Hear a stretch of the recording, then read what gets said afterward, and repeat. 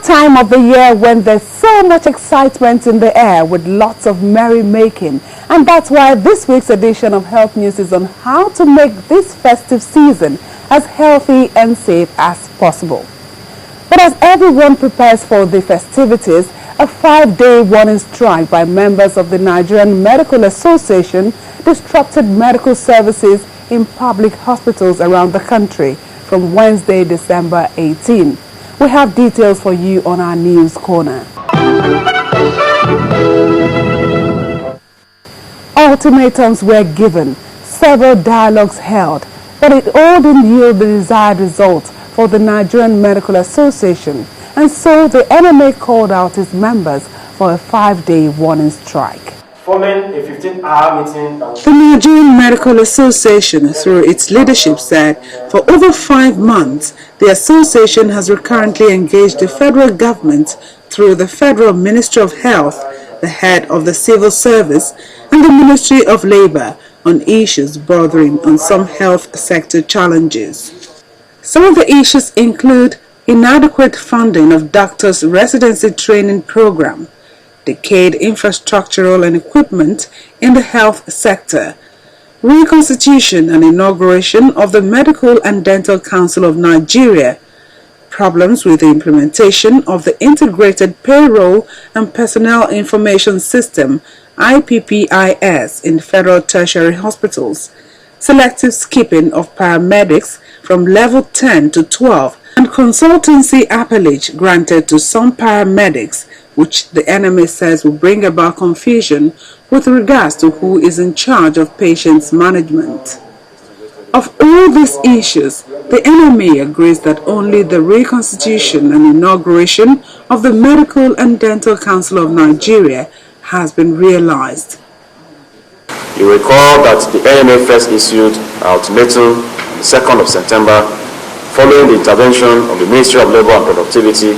That ultimatum was shifted by 4 weeks, and subsequently another 4 weeks, and from November 16 we shifted again to December 14, and still yet all those allowances were met with extremely phlegmatic response on the side of government and the Ministry of Health. That declaration left many patients seeking medical services in most government hospitals across the country stranded. Resume back now, make them help us because I'm there since last month. Now my son you did for this on the level, and now as they say they strike now. Who we attend with my son? Make them help us. Make them settle them. Yes. Make them pay them. Make them ask for their salary. We dey suffer too much. For the leadership of the Federal Ministry of Health, the strike was unnecessary as most of the issues raised by the NMA are being addressed. A press statement by the Special Assistant on Media and Communication to the Minister of Health, Mr. Dan Wome, indicates that the federal government has shown a strong commitment and responsiveness to the grievances of the doctors. It said in spite of the challenges, modalities for funding of the residency training have been worked out and directives given to all institutions for their compliance. Also in the statement, Mr. Wome said, and I quote, "It cannot be lost on the NMA leadership that most of the issues presented and the recommendations made cannot be decided upon by fiat by government. Some of them must necessarily await final determination by the court, while others require either legislative action or scheduled meetings of policy-making organs of government, such as the National Council on Establishment." End of quote. Even when the warning strike ends on Sunday, December 22nd, the doctors have promised to recommence their industrial action after the Yuletide season.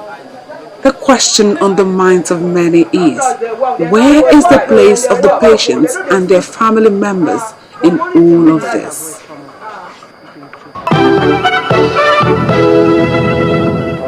In other news, a pressure that considers no one, whether male, female, young or old.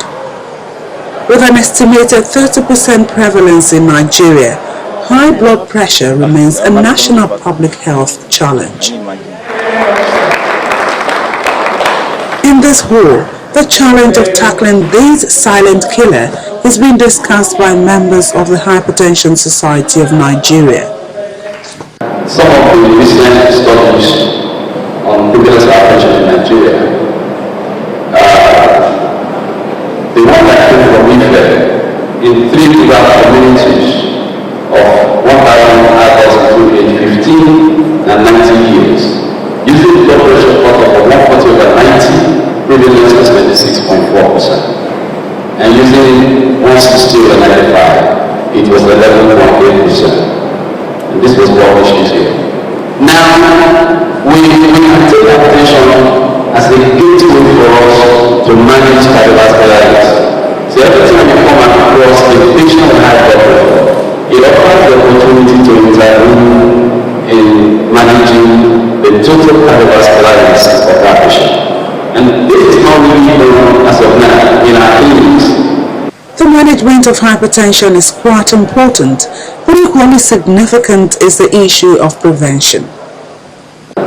In Thailand, there's something that they do, even at the workplace. They give great time to their workers to go out and exercise. It was part of their job, it was working as part of their job, that every worker leaves his office for 15 to 20 minutes exercising. And they're not punished for it. It was policy, it was legislation, it was something they had to do. So the government can do something major in reducing the burden of cardiovascular disease through policy implementation. Lifestyle modifications. Most of the time we have a more sedentary lifestyle right now. Most of our patients also take lots of salt. We have many salt-laden diets right now. A lot of fats in our diets. Most people take a lot of fast foods, lots of cola drinks and sweetened drinks. So once there is obesity, increased fat, increased sugar deposits, these are the things that really push hypertension. It's well known that hypertension is largely a silent disease or even a silent killer. That it can reach very dangerous levels without giving you the symptoms. That people should be aware to start with. That hypertension could be in anybody. It doesn't matter whether you are old or young, it could be. It doesn't matter whether you are a mother or you are a father, it could be. And then if that is well known, then presenting yourself for a check, a regular check, is very important. Then number two, those who know they are hypertensive should not assume that they are cured or they are well controlled unless they have regular checks. Normal blood pressure reading is put at or a little below 120/80, while hypertension is said to be present if an individual's blood pressure reading is persistently at or above 140/90.